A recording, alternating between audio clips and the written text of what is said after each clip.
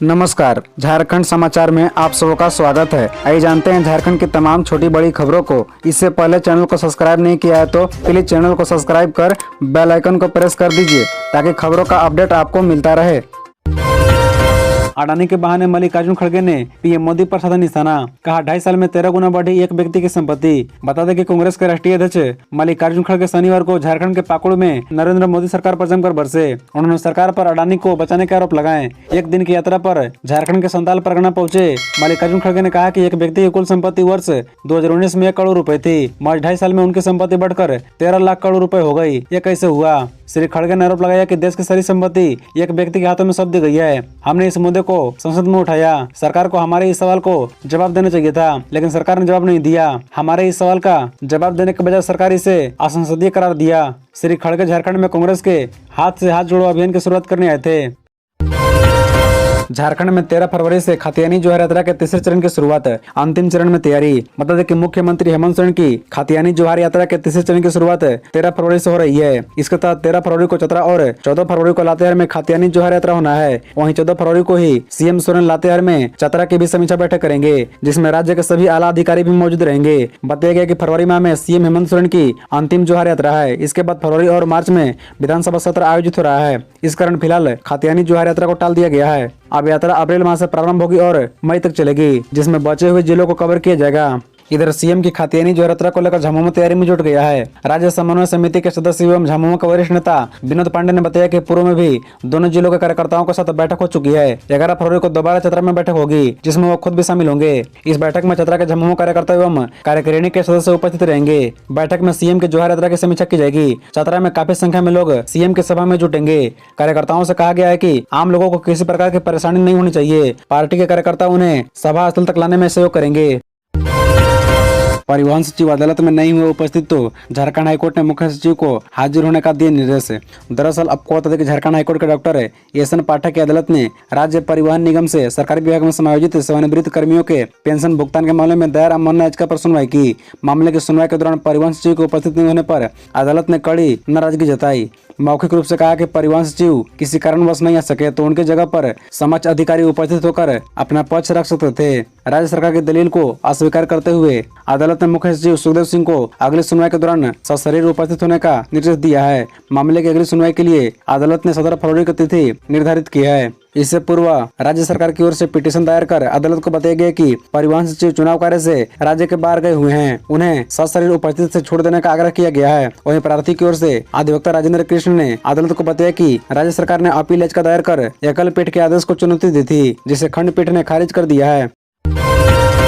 बिहार के deputy CM बनने के बाद पहली बार झारखंड आए तेजस्वी यादव, बोले महागठबंधन को करेंगे गोलबंद। बता दें कि बिहार के डिप्टी सीएम बनने के बाद पहली बार तेजस्वी यादव शनिवार 11 फरवरी को झारखंड की राजधानी रांची पहुंचे। बिरसा मुंडा एयरपोर्ट पर पहुंचते ही राजद के नेता और कार्यकर्ताओं ने गर्मजोशी के साथ तेजस्वी यादव का स्वागत किया। 2 दिवसीय झारखंड दौरे पर आए बिहार के डिप्टी सीएम ने पत्रकारों से कहा कि चुनाव से पहले महागठबंधन को गोलबंद करेंगे और एक साथ चुनाव लड़ेंगे। तेजस्वी ने कहा कि सभी पार्टी चाहती है कि ज्यादा से ज्यादा सीटों पर चुनाव लड़े, लेकिन जिस क्षेत्र में जो पार्टी मजबूत है वहाँ उस पार्टी को मौका मिलना चाहिए। इससे हम अपनी ताकत को बढ़ा सकते हैं, तभी मजबूती के साथ चुनाव लड़ने में सक्षम होंगे। श्री यादव ने शनिवार के दोपहर मुख्यमंत्री हेमंत सोरेन से भी मुलाकात की। बता दें कि रांची आए बिहार के डिप्टी सीएम तेजस्वी यादव 12 फरवरी यानी आज रांची के हरमू स्थित कार्निवाल हॉल में आयोजित राष्ट्रीय जनता दल के कार्यकर्ता मिलन समारोह में मुख्य अतिथि के रूप में शिरकत करेंगे। इस दौरान तेजस्वी यादव पार्टी के नेताओं और कार्यकर्ताओं को संबोधित करेंगे। रांची के आड्रे हाउस में 19 राज्यों के कलाकारों की 140 से अधिक कलाकृतियां लोगों को कर रही है आकर्षित। बता दें कि रांची के आड्रे हाउस की आर्ट गैलरी में इन दिनों 9 दिवसीय राष्ट्रीय जनजातीय एवं लोक चित्रकला प्रदर्शनी लगी हुई है। इस प्रदर्शनी में झारखंड सहित करीब 19 राज्यों के राष्ट्रीय स्तर के ख्याति प्राप्त कलाकारों और लोक चित्रकारों की 140 से अधिक कलाकृतियां प्रदर्शित है। इस प्रदर्शनी का एक हिस्सा नीलम नीरद की जदोपाटिया पेंटिंग्स भी है। नीलम जदोपाटिया चित्रकला की वरिष्ठ कलाकार है और इस चित्रकला शैली को समृद्ध देने की दिशा में निरंतर कार्य कर रही है। जदोपाटिया संथाल परगना की जनजातीय चित्रकला शैली है और आज देश के अन्य चित्रकला शैलियों की तरह लोकप्रिय है। इसे इस ऊंचाई तक पहुंचाने में नीलम नीरद और उनके कलाकारों की टीम की अहम भूमिका है। ज्वेलरी शॉप में दिन दहाड़े करीब 50 लाख की लूट, 10 मिनट में हथियार के बल पर ऐसे दिया वारदातों का अंजाम। बता दें कि NH 75 पर मांडर के मिशन स्थित शंकर एंड मेसर्स ज्वेलर में शनिवार को दिन दहाड़े लूट की घटना को अपराधियों ने अंजाम दिया है। हथियार का भय दिखाकर अपराधियों ने करीब 50 लाख से अधिक के सोने चांदी गहने लूट लिए।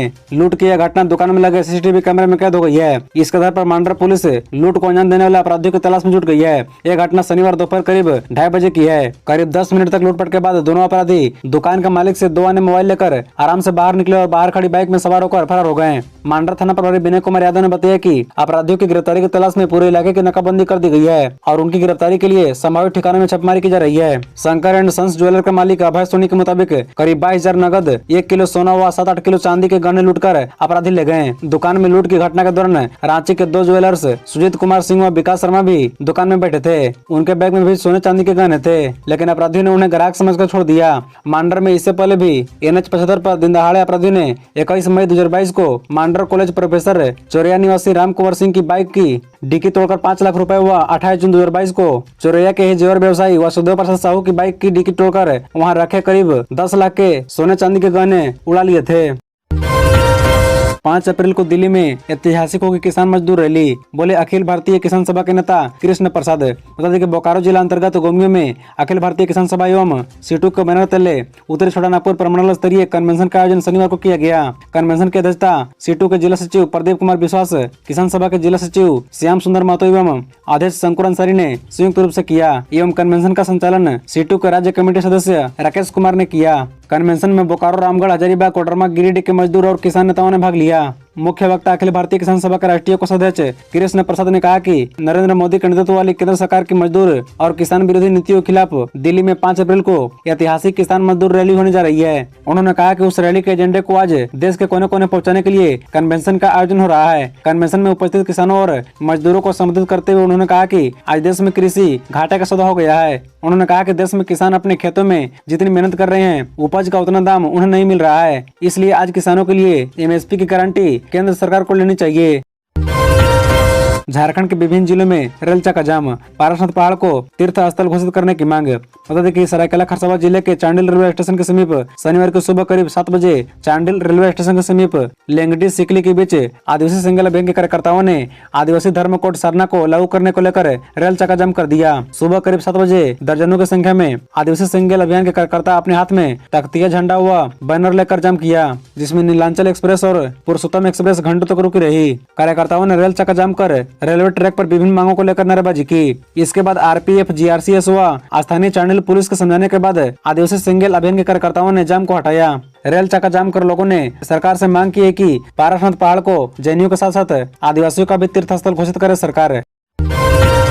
किसी एक व्यक्ति के हाथ में सता हुआ पैसा लोकतंत्र के लिए खतरनाक, भाजपा ने पैदा किया ऐसे हालात। खड़गे बता दें कि अखिल भारतीय कांग्रेस कमेटी के अध्यक्ष मल्लिकार्जुन खड़गे ने कहा कि आजकल भाजपा सरकार लोकतांत्रिक तरीके से सरकार नहीं चलाना चाहती है, इसलिए हमेशा विपक्ष और विरोधी विचार रखने वालों का टिंगल उड़ाया जा रहा है, छाते पीट पीट कर बात की जा रही है। 52 साल के राजनीतिक जीवन में हमने कभी ऐसा नहीं देखा। हम सांसद रहे, विधायक रहे, कर्नाटक में भी काम किया, 2014 से 2019 तक विपक्ष के नेता रहे, पर कभी ऐसी स्थिति नहीं देखी जो अब देखने को मिल रहा है।